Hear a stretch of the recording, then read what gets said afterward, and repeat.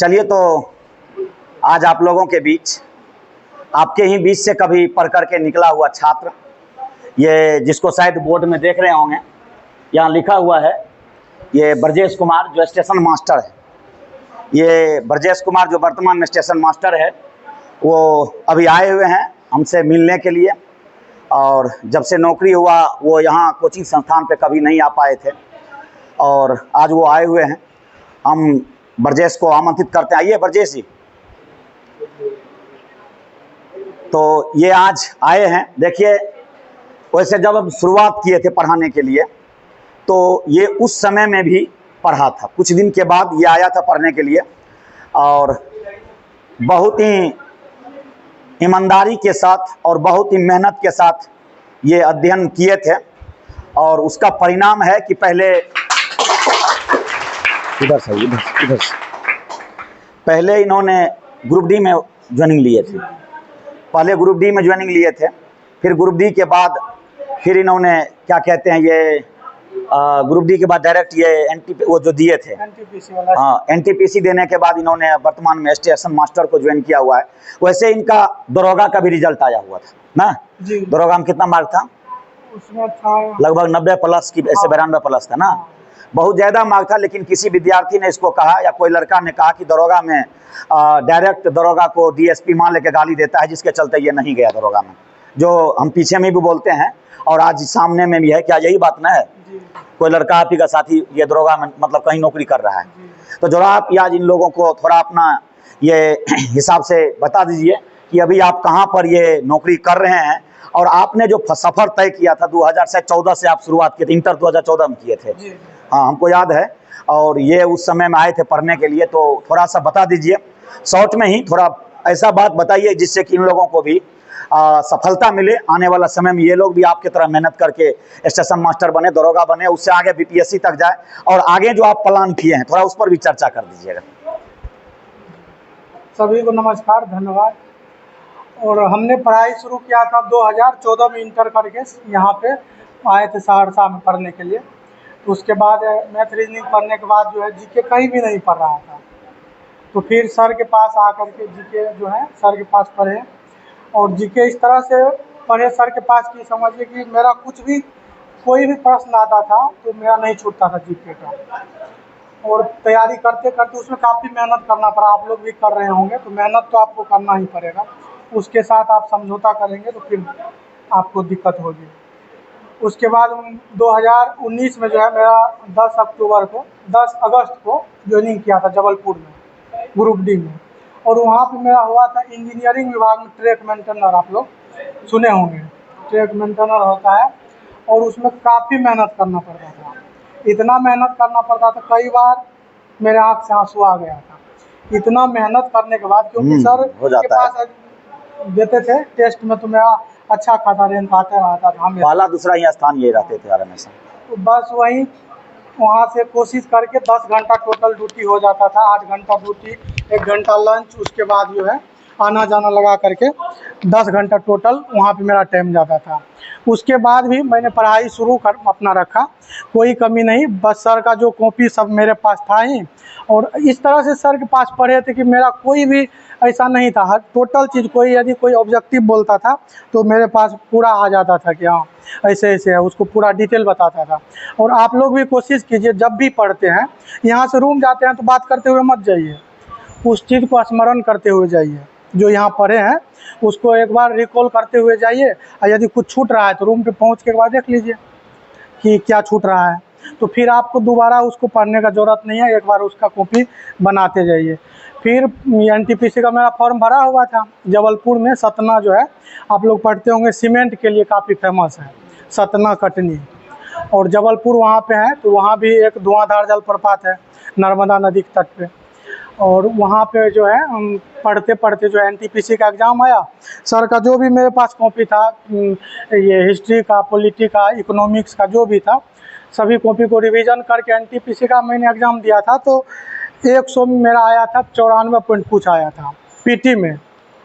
और पीटी के बाद जो मेंस आया, तो मेंस में था 120 क्वेश्चन। 120 में जो है 50 मार्क का रहता है जीके। और उसमें साइंस लगभग कम ही रहता है और नॉर्मल टाइप का वन लाइनर आपको देखने मिलेगा। और इस तरह से वहाँ समझिए मेरा जीके परफॉर्म किया, वही मेरा सबसे अच्छा रैंक लाया। वैसे इलाहाबाद में मेरा जो था पूरे जोन में 10 रैंक था पूरे इलाहाबाद। हाँ, जो फाइनल मेरिट आया था। और उसमें मेरा बाद में चेक करने के बाद 50 में 46 सही था। मैथ रीजनिंग तो था ही पूरे, इधर 46 था। और इसी से जो है मेरा एनटीपीसी में हो गया। अभी इलाहाबाद में है, इलाहाबाद में अभी स्टेशन मास्टर में है और अभी भी तैयारी कर रहे हैं। अभी बिहार के लिए कोशिश चल रहा है कि बीपीएससी है और अभी सीजीएल बिहार एसएससी वो भी तैयारी चल रहा है। तो आप लोग को यही कहेंगे कि सर जो पढ़ा रहे हैं उसको तो आप पूरी रखिए और साथ में कहीं मैथ रीजनिंग पढ़ रहे हैं उसको कमांड करना पड़ेगा। यानी कुल मिला के सभी सब्जेक्ट का भूमिका अहम है, किसी को आप कम नहीं आंक सकते हैं। आपको कोई भी आगे ला सकता है। और सब जो है आप कोशिश कीजिए कि सेट प्रैक्टिस भी कीजिए। आप यदि पढ़ रहे हैं और सेट प्रैक्टिस नहीं कर रहे हैं तो उससे अच्छा है कि मत पढ़िए। ये तो हम बराबर करते रहते हैं, जो पढ़ते हैं उसको जा करके पढ़िए, सेट प्रैक्टिस करिए, तभी आपका सफलता का वो सबसे मूल मंत्र वही है। और सेट प्रैक्टिस में होगा, आप कोई भी बुक पढ़ लीजिए, सेट बनाइए, 10-5 सेट बनाइएगा तो कुछ न कुछ नया मिलेगा आपको देखने के लिए कुछ न कुछ नया मिल जाएगा उसमें। और सेट प्रैक्टिस ये है कि आपको सारा चीज़ जो भी पढ़ रहे हैं तो बन रहा है कि नहीं बन रहा है। और सेट बनाने के बाद उसका तो पूरा डिटेल से सॉल्यूशन भी कीजिए। पीछे वाले जो भी दिया रहा था उसको डिटेल से देखिए और कुछ जो नया मिलता है उसको आप टिक करके रखिए, लिख करके रखिए। मेरे पास लगभग 17-18 कॉपी है जो केवल सेट से लिखा हुआ है, सेट से लिख करके बनाया हुआ है।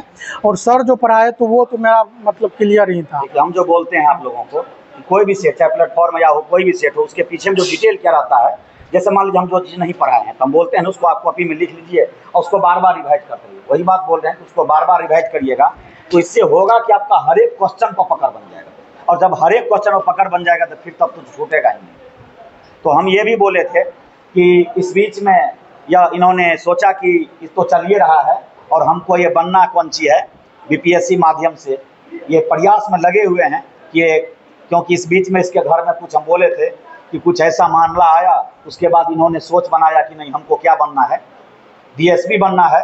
तो ये लगा हुआ है, अभी भी पढ़ रहा है, अभी भी शायद क्या घंटा ड्यूटी करते हैं, अभी भी 9 घंटा है, 8 घंटा 9 घंटा से प्लस ड्यूटी करते हैं। उसके बावजूद भी इनका हर हमेशा ये प्रयास रहता है कि ये पढ़ें और प्रयास में लगा हुआ है। देखिए सफलता यदि इंसान प्रयास करता है तो सफलता जरूर मिलता है।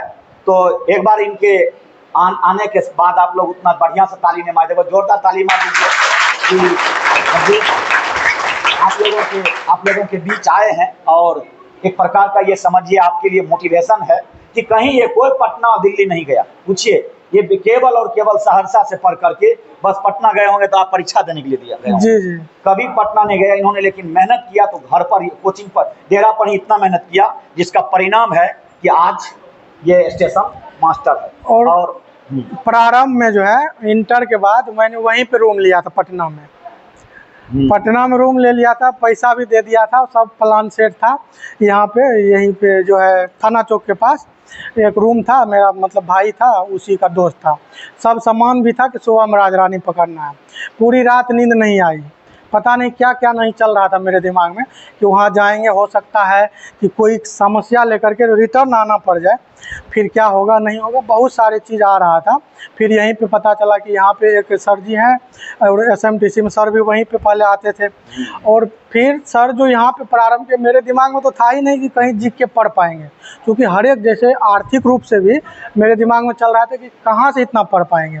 तो सर पढ़ाए तो हमको याद है कि 700 रुपया हम पढ़े हैं, वो भी सर को पूरा नहीं दिए हैं। और सर एक बार बिहार पुलिस का रिजल्ट आया था तो सर जो है रुपया देते थे कि आप जाइए खाइए, मजबूत रहिएगा, दौड़िएगा। तो मतलब एक गरीब फैमिली से बच्चा जब बिलोंग्स करता है तो कोई भी पहला सफलता मिलता है तो इच्छा होता है ना कुछ कर लें, लेकिन उसमें नहीं हो पाया बिहार पुलिस में। हाँ, उसमें मेरा पैर वो हो गया था, वो भी सही हुआ। यूपी पुलिस में भी मेरा फाइनल था, कोई उसमें नहीं था। एनटीपीसी में था 11 पोस्ट, 11 पोस्ट में सभी मेरा रिजल्ट था, सबका अलग अलग एग्ज़ाम भी दिए थे। तो और शुरू में मतलब आपको बताना चाहता हूँ कि यहाँ पे जब पढ़ने आया था सर के पास तो मतलब ऐसा नहीं था कि प्रत्येक सप्ताह में 1 न 2 बार बेंच पे बैठे हुए मेरे आँख से सर के बात को सुन करके आंसू निकल ही जाता था। और उसको फिर हम अपना मजबूती बना करके और सर के एक एक बात पे चले। कोई बात नहीं है अभी तक हम एक बात को भी नहीं काट के चल रहे हैं, और बहुत लोग को कोशिश कर रहे हैं जो समझने वाले हैं उसको समझा के उस पर चलाने का प्रयास कर रहे हैं। सर के एक एक बात को अभी भी मेरे ध्यान में है, और उसी को ध्यान में रखते हुए अभी भी पढ़ाई कर रहे हैं। अभी भी सेट बनाएंगे तो आप लोगों से हो सकता है कम आ जाए, तो बहुत ज़्यादा कम नहीं आएगा, या नहीं तो ज़्यादा ही आ जाएगा, कम नहीं आएगा, क्योंकि रोज़ बनाते हैं, अभी भी बनाते हैं, आज भी बनाएंगे, जाने के बाद बनाएंगे, कल भी बनाया था। तो आप लोग भी पढ़ेंगे तो हमसे ज़्यादा लाएंगे, वैसा नहीं है, अभी भी ला सकते हैं, ऐसा कुछ नहीं है।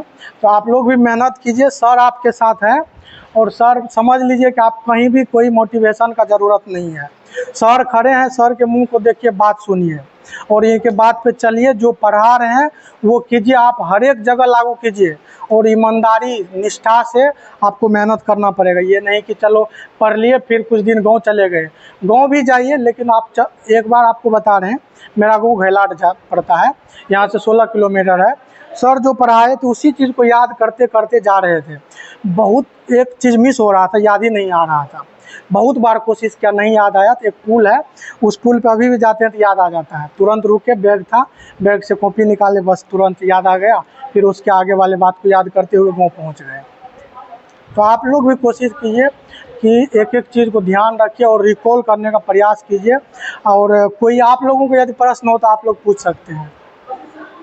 हम वैसे भी बोलते हैं आप लोगों की मेहनत करिए, मेहनत का ही नतीजा है कि आज ये ग्रुप डी से स्टेशन मास्टर, जबकि अभी आपको इन्होंने बोला कि एनटीपीसी के जो भी पद था उस सब पद में इसका रिजल्ट था। तो ये ऐसे नहीं होता है, मेहनत करने से। और सबका मेंस भी अलग अलग देना पड़ा। मेहनत करिएगा तो सफलता आज न कल अवश्य मिलेगा। चलिए ब्रजेश कुछ लेकर आया है, तो इस पर हकदार को कहना इसी का बनता है। हाँ, आप लोग को अभी नहीं मिलेगा, क्योंकि आप लोग लेकर आइएगा सर को खिलाने के लिए।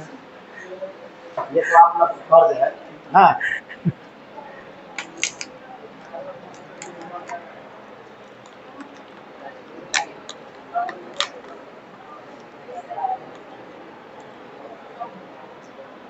चलिए खिला देना, क्योंकि मेहनत तो बहुत किया था, उसी मेहनत का ये नतीजा है। चलिए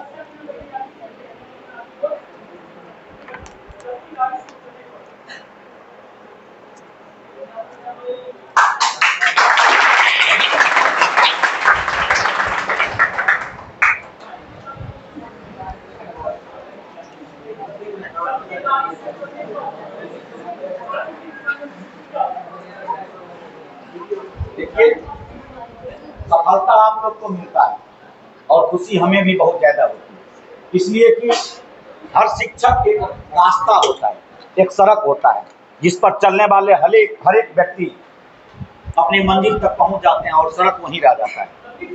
तो मकसद है कि आप लोग भी यदि आए हैं तो सफल होकर के अपने जीवन को बढ़िया से जिए।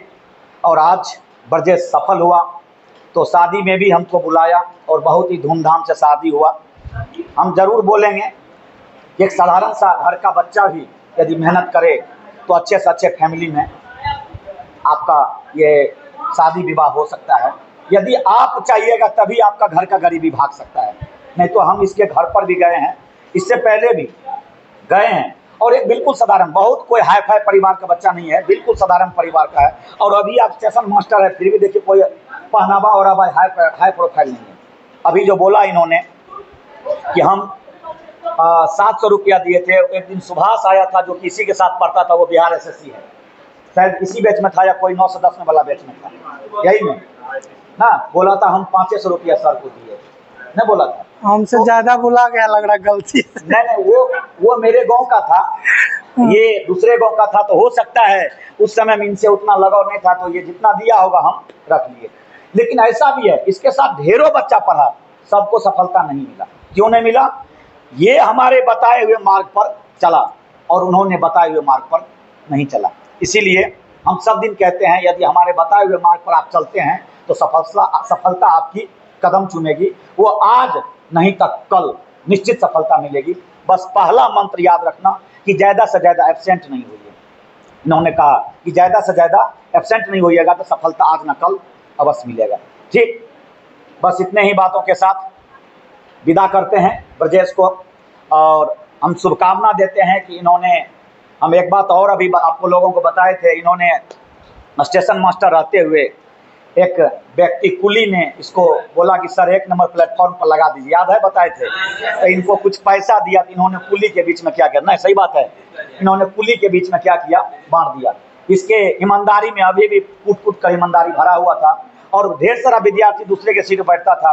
इनको भी कहता था मैट्रिक इंटर में बैठने के लिए हम कहे थे जो जो दूसरे के सीट पर बैठेगा उसका रिजल्ट नहीं होगा। क्या गलत बोल रहे हैं? बिहार पुलिस के लिए भी आया था, मेरे रूम को घेर लिया था कि नहीं बैठना पड़ेगा, लेकिन इन्होंने नहीं बैठा। हम बोले कि आप देश के भविष्य हैं, यदि दूसरे की सीट पर बैठ करके बनाते हैं तो कल वह जाएगा तो बेमेरिट का लोग रहेगा, तो वह जरूर कुछ ना कुछ सरकार में आकर के, हमारी प्रशासन में आकर कमियां निकालेगा, कमी करेगा। इसीलिए ब्रजेश निभाया, आज एक अच्छा पद पर है।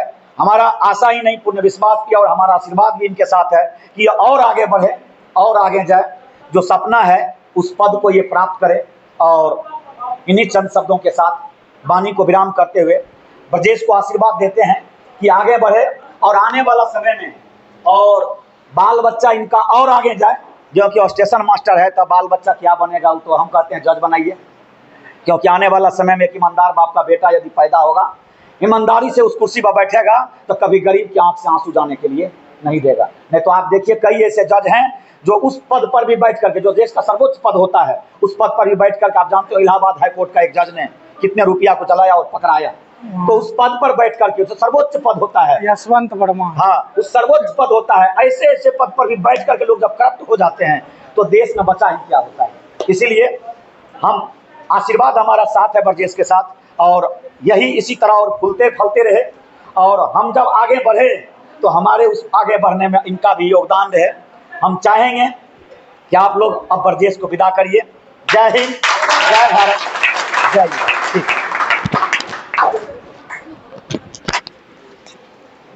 धन्यवाद।